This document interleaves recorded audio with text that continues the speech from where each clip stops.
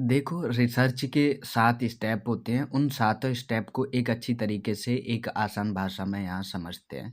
जैसे कि देखो एक उदाहरण के साथ मैं आप लोगों को बता देता हूँ कि जैसे कि हमें हमारे कोई भी घर पे आया है, रिश्तेदार, दोस्त, उनके लिए एक स्पेशल डिश बनानी है और हमें नहीं पता वो डिश किस तरीके की बनेगी, क्या है, कुछ भी हमें उसके बारे में आइडिया नहीं है।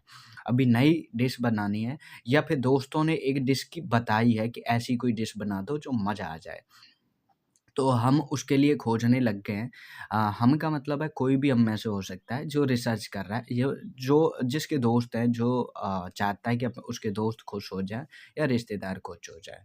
अब रिसर्च भी एक डिश जैसी है और हम देख लेते हैं क्योंकि देखो रिसर्च में भी हम नई जानकारी निकालते हैं जिसके बारे में हमें नहीं पता होता है। डिश भी यही है कि हमें इस डिश के बारे में नहीं पता है और हमें खोल कर के देनी है। अब वो स्टार्ट करते हैं, देखो इसके स्टार्ट एंड तक 7 स्टेप हैं और स्टार्ट करते हैं प्रोसेस स्टेप 1 से, डिसीज़न लेने से। डिसीज़न लेने में इसमें 2 चॉइस हैं। चलो स्टार्ट करते हैं सीधा ही। सबसे पहले ना समस्या की पहचान करते हैं। सबसे पहले यह तय करना है कि क्या पकाना है, सवाल क्या है, क्या पकाना है? समस्या की पहचान हो गई। उसके बाद में जैसे कि डिश है, तो डिश कौन-सी बनानी है ये हमें पता चल गया।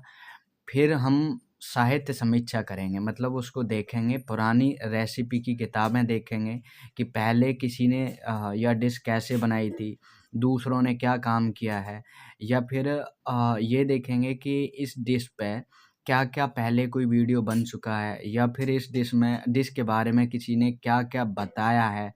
चलो देख लेते हैं, ये पूरी चीज़ हमें यहाँ पता चल जाएगी।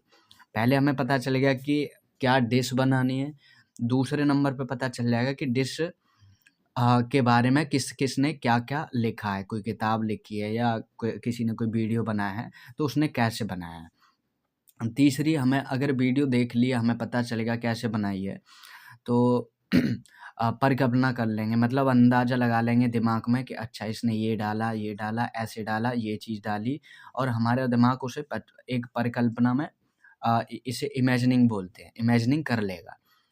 स्वाद कैसा होगा, क्या चीज़ है, कैसी खुशबू आ रही होगी, ये खा पाएँगे कि नहीं खा पाएँगे, सारी चीज़ यहाँ परिकल्पना में आ जाएगी।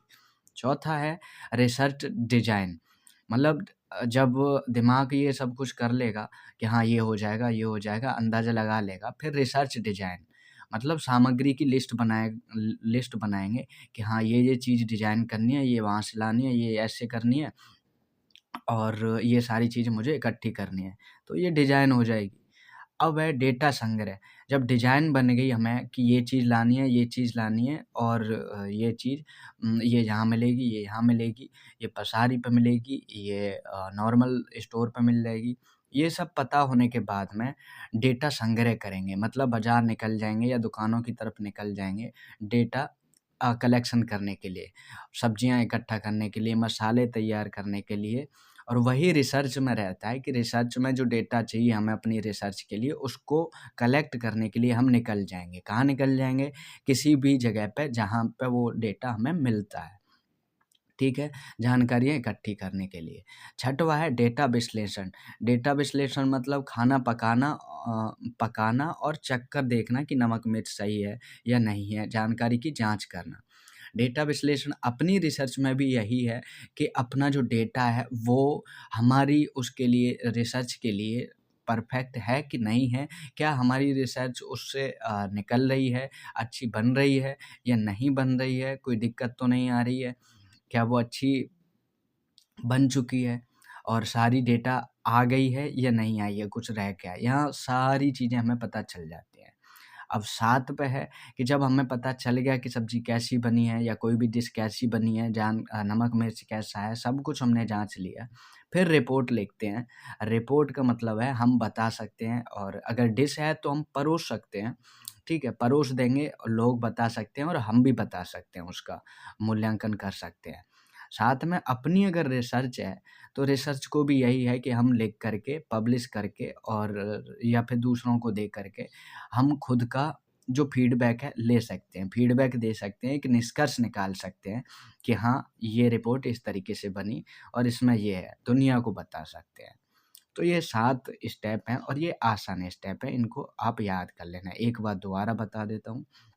सबसे पहला स्टेप है समस्या की पहचान, दूसरा साहित्य समीक्षा, मतलब देखना कि इस पे कौन-कौन सी चीज़ें हैं जो बनी हैं, कौन-सी किताबें लिखी हैं, किन-किन लेखकों ने क्या-क्या निकाला है, कौन से वीडियो बने हैं, कौन सी मूवियाँ बनी हैं, कौन से क्या-क्या उससे संबंधित जो कुछ भी निकला है आज तक, वो सब कुछ साहित्य समीक्षा में आता है। तीसरा हम परिकल्पना कर लेते हैं कि अच्छा ये सारी चीज़ें निकली हैं, तो मुझे कैसे अपनी परिकल्पना करनी है। मुझे अपनी जो रिसर्च है वो कैसे बनानी है।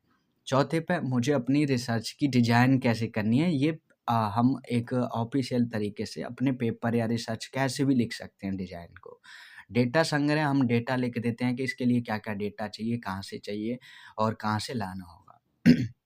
6 पे डेटा विश्लेषण, जब डेटा आ जाता है, इकट्ठा हो जाता है, तो हम देख लेते हैं कि ये डेटा जब यूज़ होगा, ये जब जब यूज़ होगा, और डेटा विश्लेषण में ही एक तरीके से पूरी तरीके से हमारी रिसर्च तैयार हो जाती है बन कर के।